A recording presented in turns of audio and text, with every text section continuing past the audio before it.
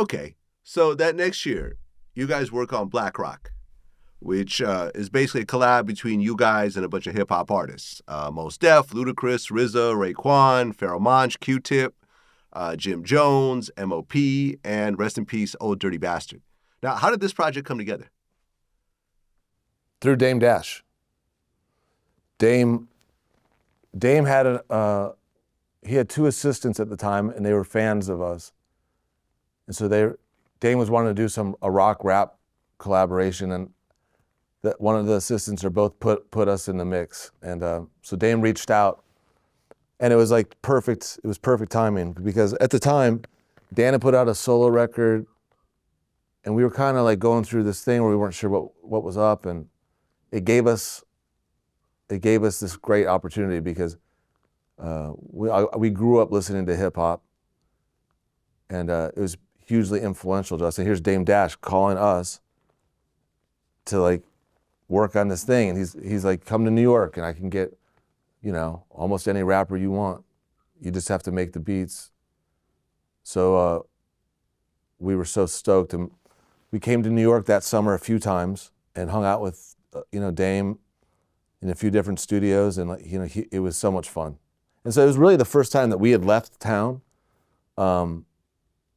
and gotten out of our bubble to go make music and be creative. And so we spent that whole summer off and on in New York, just hanging with Dame and getting to work with some of our musical heroes.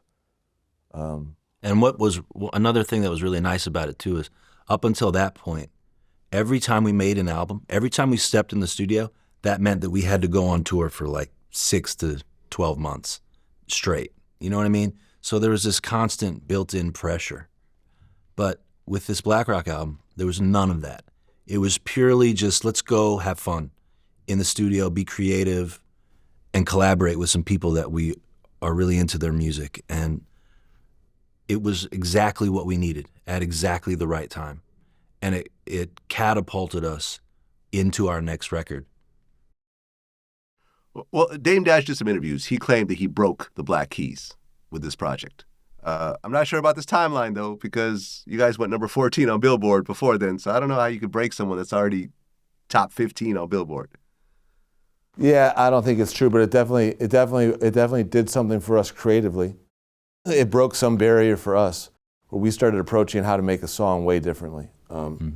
So, when our job was to go in and start with something that was just compelling for a rapper to want to, write to, that was a whole different challenge. And so we started approaching the songs, from this kind of deeper groove thing that, when I listen to BlakRoc now, I'm proud of it, but I know, I'm just like, man, this is like, it's basically like listening to demos of Brothers in a way. It's like that's like entry level into what we were getting into. Because but the minute we went to make Brothers, we started focusing. Dan kind of put the guitar aside for a lot of the record, and we focused on the drums and bass as the foundation for the songs. Yeah, we started to use those techniques that we'd learned, that we started to do with Dame. So, as you just mentioned, the next album, Brothers, came out in 2010. This is the 6th album, and this one actually debuted at number 3 on the Billboard 200. So now you guys are top 3. Yeah. How did that feel to go from, 14 is pretty impressive considering how much music comes out every week, but now you guys are top 3. So now you're sort of in the big leagues. Well, that record sold 73,000 copies the first week. Mm-hmm. And to put that in perspective, I think at that point, we didn't have a single album that had sold 73,000 copies in the entire time it had been released. So in 1 week, we've sold, more copies than we'd ever sold of anything else we'd made. And it was emotional. I just remember being feeling like it's happening.